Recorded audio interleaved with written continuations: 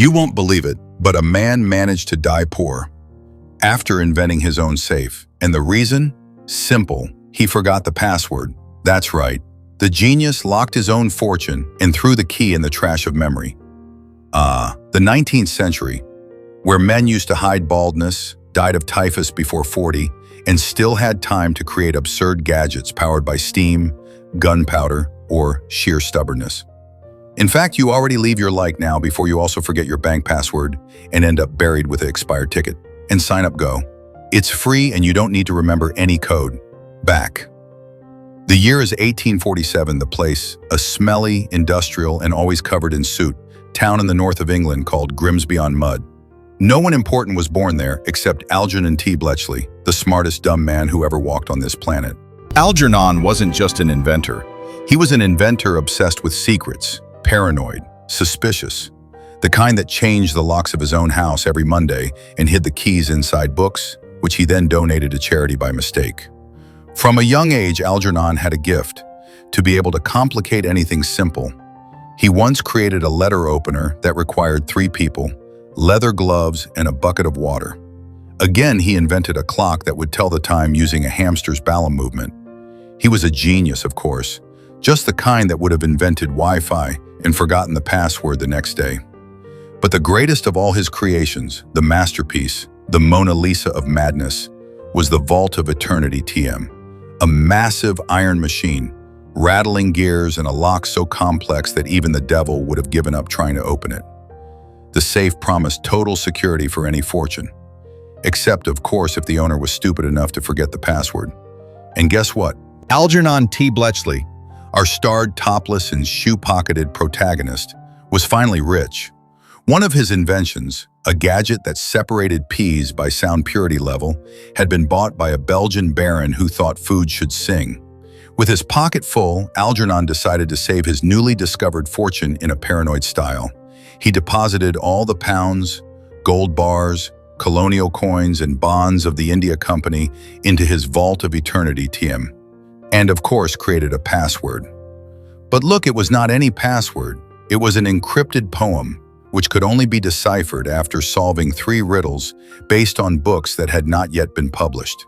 He wrote everything down on a sheet of paper, and true to his chaotic spirit, hid that paper inside a snuff box, which he kept somewhere.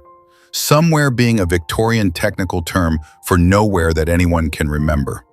The following week, Algernon decided he needed money to buy more brass parts and trained rats, don't ask. Went to the safe, turned the gear, locked. Tried the most obvious password, nothing. Tried mother's name, nothing. Tried 1, 2, 3, 4. The safe answered with a slight creak of mechanical contempt. That's when the collapse began. He turned the house upside down, smashed furniture, opened holes in the ground, even questioned a parrot who, according to him, knew too much. Nothing of the paper. The man spent weeks in fasting, sleeping little, obsessed with the puzzle he created himself. And with each failed attempt, the safe made a sarcastic noise, as if he was laughing at him. Click, tsk. Not this time, silly. One day, desperate, Algernon was seen trying to bribe his own safe with tea and cookies. At another time, he hired a hypnotist to access blocked memories, but ended up remembering only the time he was bitten by a duck at age 6. The height of madness came when he organized a Victorian ceremony with candles and children's choir, hoping that the spirit of the password would manifest. Result? A fire in the attic and a traumatized child who even today panics when he hears the word safe. Algernon died poor, confused, and surrounded by expired receipts. The safe continued there, untouched, closed, probably laughing.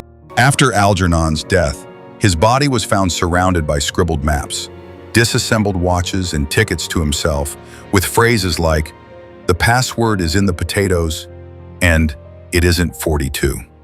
The vault remained intact, majestic and useless, a metallic tomb full of pounds that no one else could touch. The will left by Algernon said only, "The key is inside." The lawyer choked with laughter and charged anyway. The house was auctioned, the junk sold, and the safe remained there, weighing almost half a ton, useless as a toaster in Venice.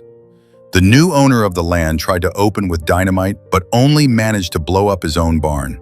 The safe survived, of course. Probably even today lies in some dusty shed, waiting for someone to decipher the stupid genius of Algernon.